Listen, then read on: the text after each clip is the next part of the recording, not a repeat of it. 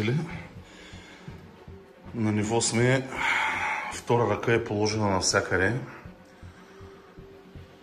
и ще започваме да правим последната ръка на фугите и когато изсъхне и около вратата и прозореца и останалите прозорци, разбира се. Ето така се получава.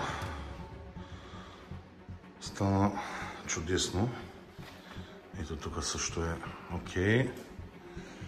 Вече е малко тъмничко, така че сме взели лампи от станцията за инструменти, за да ни е добре, както и този голям миксер за разбъркване на шпакловката. Ето.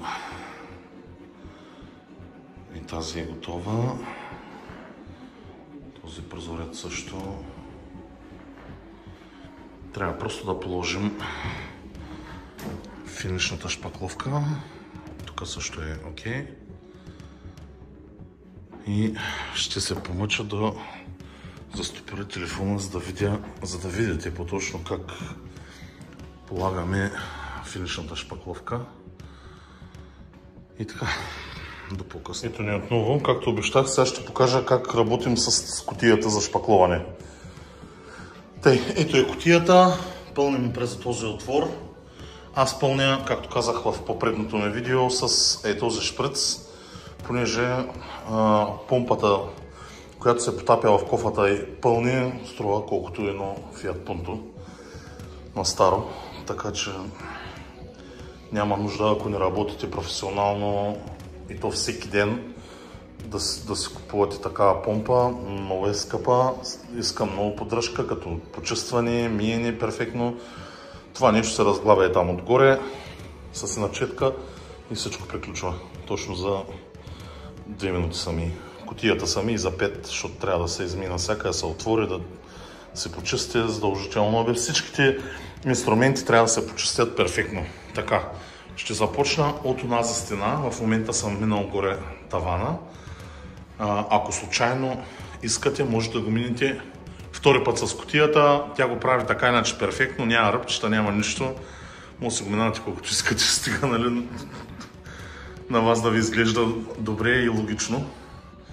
Така че сега ще направя онези, само ще застопоря някъде камерата.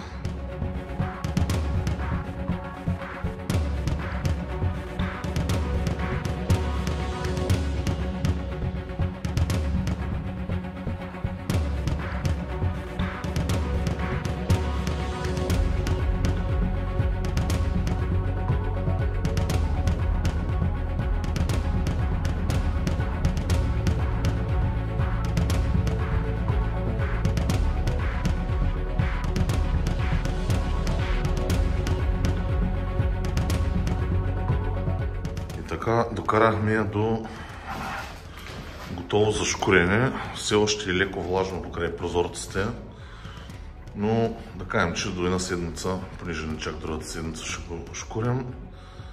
Ето това е в готов вариант. Това е последна ръка ударена. Виждате как става. Ето фугите. Става перфектно гладко, само се допира машината и го заглажда. Сводовите се лечат, че са още влажни. Това, но старайте се наистина да го правите да става добре, защото иначе после шкуренето е много. И ако са ви интересни видеята, които пускам, сабскрайбвайте, за да ви излизаме, когато пуснем ново видео. Харесвайте ни, който не ни харесва, да пуска палец надолу. И до нови срещи на следващия етап.